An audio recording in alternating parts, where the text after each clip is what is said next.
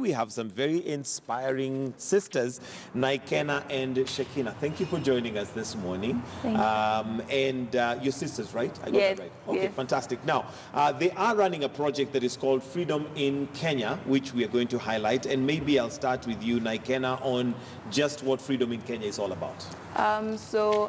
Freedom Within Kenya is currently a charity project that we are running right now, has a pilot program in Thika Women's Prison to be able to support the women and children who are currently living in the prisons. There are currently 20 children who are in Thika Women's Prison, and these are children ranging between a few months, weeks old, to the age of 4 years. Okay. And seeing as they are living in prison currently, we want to support them because they cannot live outside of prison because their mothers are currently incarcerated in prison. Yeah. All right, and obviously these children are there as a result of their mothers being, like you mentioned, incarcerated in prison.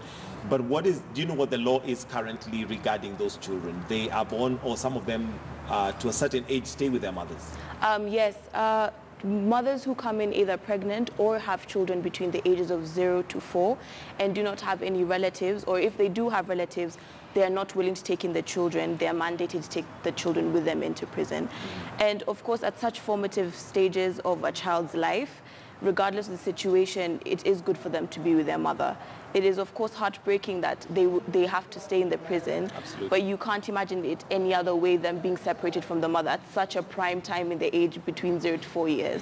Yeah. All right, Shekina, what led you to begin this project, or what is it that inspired it? Freedom Within Kenya was inspired, first of all, because children.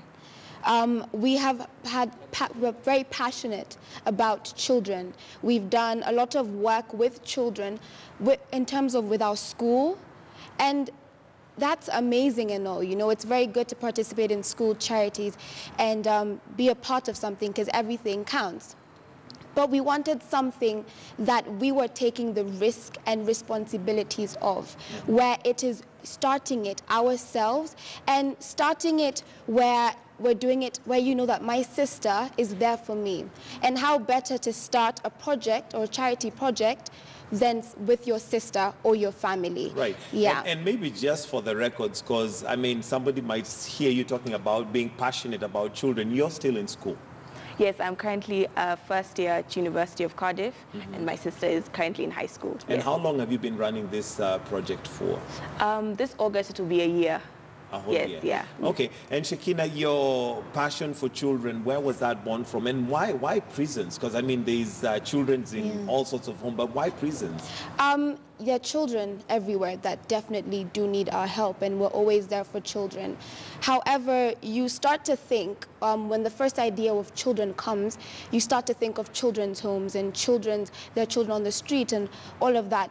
But then you also start to wonder, we were wondering, where else are there children? Who else needs us? Because you're constantly hearing about children's homes, but is there someone that we're not hearing or that we don't know about? And then we thought, their mothers in prison.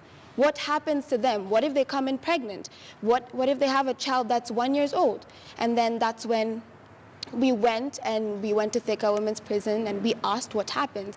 And they told us that from a pregnant woman or from the ages of 0 children who have in their stomach or children who have just been born and the mother's been incarcerated, from 0 to 4 years old, you stay with your mother in prison. It's a law. And then after you've turned 4 years old, a relative can take you, but there is stigma around this. So what happens if a relative won't take a child that's been born and been raised in prison? They end up going to government-run children's home. All right, so Naikena, what are the conditions? I'm sure you probably have visited some of these children in prison, and we sometimes just imagine what it might be, but you've probably had first-hand experience of what happens to these children. What really do they go through? Do they go to school? Are they fed? How do they live?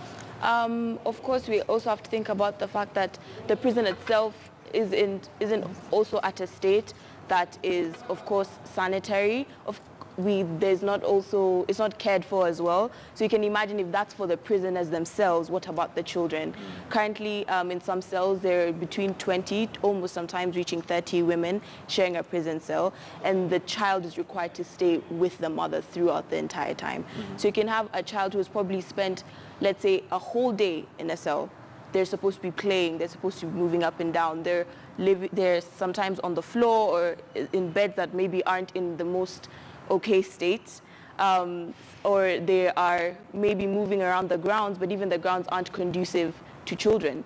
Playgrounds, you know, areas where they can run around, discover things, be a child. Children, yeah, really, just to be children. And the entire place is, of course, you're thinking about the adults themselves, and if I personally, when I went there, said that this is not a place that any prisoner should be, regardless of the fact that they're a prisoner, what about the child themselves? Yeah. All right, and now we've highlighted the problem. You've given us, you know, a picture of what happens in there. What are you doing with it? What is, you know, Freedom in Kenya, within Kenya, doing to, because you can't withdraw those children legally.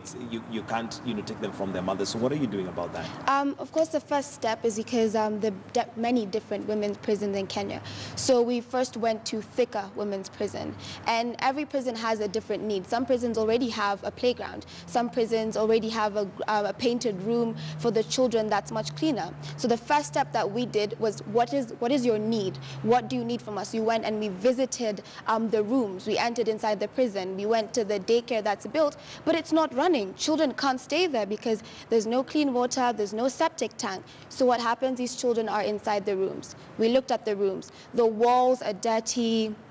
The beds, you're staying in an overcrowded room. So then we said, what can we do? What's first? First is to make sure that the environment that they're staying in is cleaner and it's better to raise a child in. So then I came back to my school, talked with my friends. I began Freedom Within Task Force, let's say.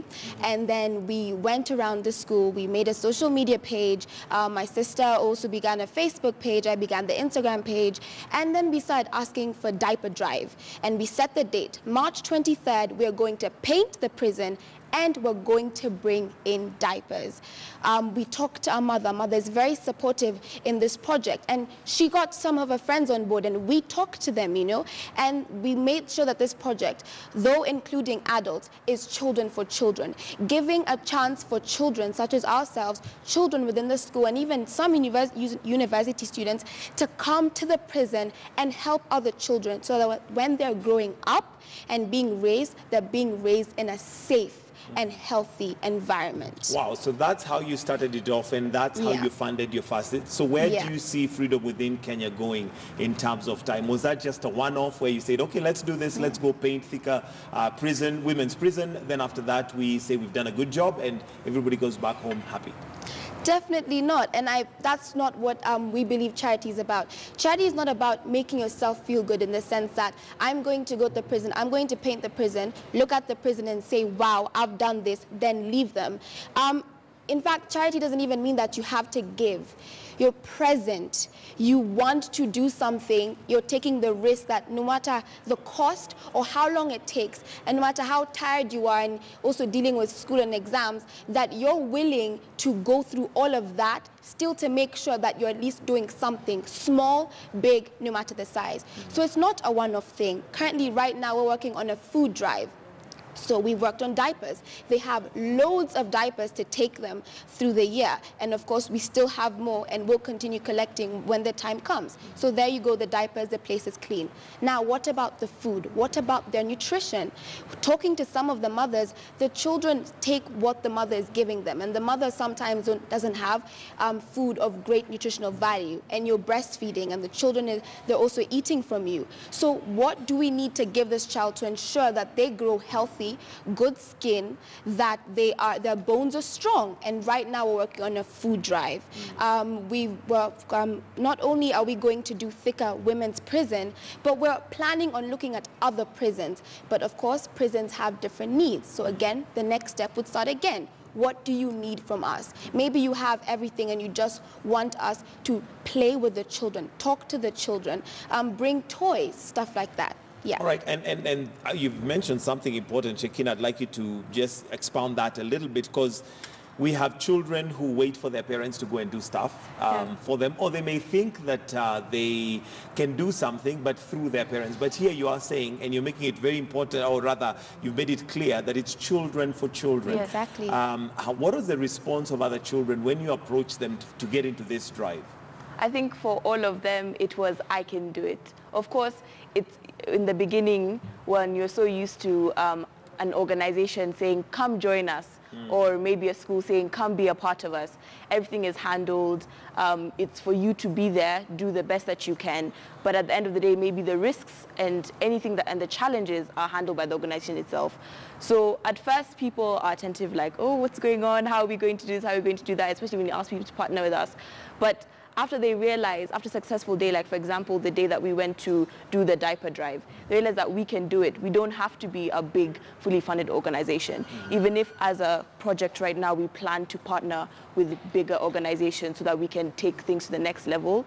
The whole aspect was you don't have to wait to start.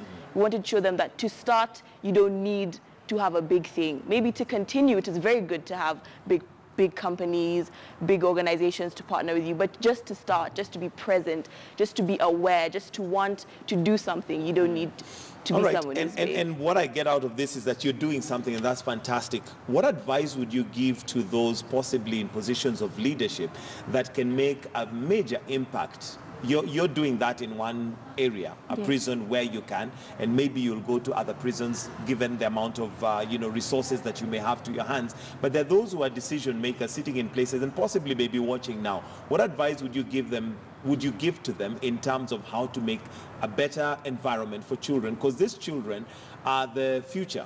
And here they are growing up in a prison, and God knows what's happening in their minds when they grow up in that environment. I would say children at their formative years really need care. And once you've left the prison, you're first of all thinking, my mother was in a prison, what did she do? And then you also, the stigma around it. You could possibly get bullied when you grew up because maybe people might find out your mother was in a prison and what happened to you when you were young. They may even call you a prison. Exactly. Yeah. There's a lot of stigma around it. And especially for the children who are taken to children's homes because their relatives don't want to take them because the relatives feel, why am I taking in a child that's been in prison? I would say this, I would tell these decision makers and the leaders, show that you care, show that these are still citizens that you are concerned about, that these people, no matter the situation that you're in, and no matter how you've been brought up or who you are, there's still a chance for you to be someone, to do something, become someone, You show that no matter what, you're willing to go to the prison and even talk to the mothers, talk to see what are their needs. What do you need from us? What would you like me to do to help you? Understand their situations first. I would also say don't throw money at it or try to solve it immediately, but take it step by step and understanding why you're doing it. Not just, do it because you want to do it or you want to look good, but because you want to. Okay, Naikana, as we wind up, there's also the social aspect for these children. Yes. It is okay to take diapers, food, and all that, but those are kind of things. But there's now the psychological, there's the social, there's how they relate to the rest of the world. Is that something that you plan to explore, and how are you going to do that? Yes, I'm actually very happy that you brought it up because one of the things that we were thinking about when we started this project was, of course, a human needs is food, shelter, and clothing. But aside from that, human beings are also made by much more than their physical needs, much more than the hunger that they feel, much more than the thirst. There's also their emotions, their social connection. And just from what my sister just said, speaking about them being marginalized when they leave, the stigmatization, them feeling lost and not understanding, I grew up in a prison, where is my childhood, where do I start from? And definitely what we want to do is mentor both in partnership with other programs, mentor both the women and young girls, but also the children themselves, and show them that you can do something for yourself when you leave. And one of the things that we're thinking about when looking at other successful projects in areas like Langata prison, we saw that they had programs where they were teaching people how to make soap, or they were showing people how to hairdress, and that's for the women. And then for the children, They have playgrounds where they can play, schooling. Teachers can come and teach them, show them that when you leave, you can go to a school and put this past behind you, learn from it, grow, become something of yourself. So definitely that's the next step. Absolutely. Okay. We have to, we have to be aware that it's much more challenging, of course, than giving food. So that's something that we want to take very seriously and very carefully, because being able to impact someone's social well-being, mental well-being, something that's much harder to do than just giving someone bread or a diaper. I'll come back to you to close with how somebody can reach you in terms of their Instagram page and Facebook page and all that. But Shekina, if somebody wanted to participate, how do they do that? It's quite easy. Just show that you want to. We have our Freedom Within KE Instagram page and our Facebook page. You can reach us out. We have no problem replying to messages and allowing you to come. Just give us your name, who you are, show us that you want to be a part of it. We've had children from other schools, and we've had children from our own school, and we've had other programs who have reached us just through texting us on Instagram and on Facebook. Come join us. We're welcoming all help. You are doing something. You are impacting a child's life. So why refuse you because we want all the social media coverage? No, it's for all of us to do it together. Children for children, everyone for children. Okay. Yeah. And your IG page, yes, Facebook? Freedom Within KE, and also on Facebook, Freedom Within KE. And just to lead on from what my sister said, we do have a current food drive that we're currently trying to build some momentum for, which is going to be on August the 13th at Thika Women's Prison. We're currently imploring everyone who can donate to bring dry baby foodstuffs, Weetabix, Cerelac, anything that they can donate and bring would be much appreciated, and those will be taken are welcome. to the children. Yeah. And that will be taken to the children. All right. Yeah. Thank you. Just to continue on that, sorry, August 19th, and there are drop-off points. One of the drop-off points will be Posh Palace, Lenana. You may ask for Miss Susan Kaitani, who's been a big help to us. You may also drop off the food at Sitam, Woodley, at the church offices from Tuesday to Sunday. For Monday, the church offices will be closed. Well, we wish you all the best, and you're doing Thank you. brilliant job. Keep it up, and definitely making good use of your youth. Thank you very much. And thank you very much for joining us this morning and just giving us, insight into freedom within Kenya. And do make sure that you make those donations and help them out as they continue to ensure that we are a better society. For now, we're going to take a short break right here on Morning Express, but do stay with us. We still have hot topics loading and coming up right here. Wow, brilliant.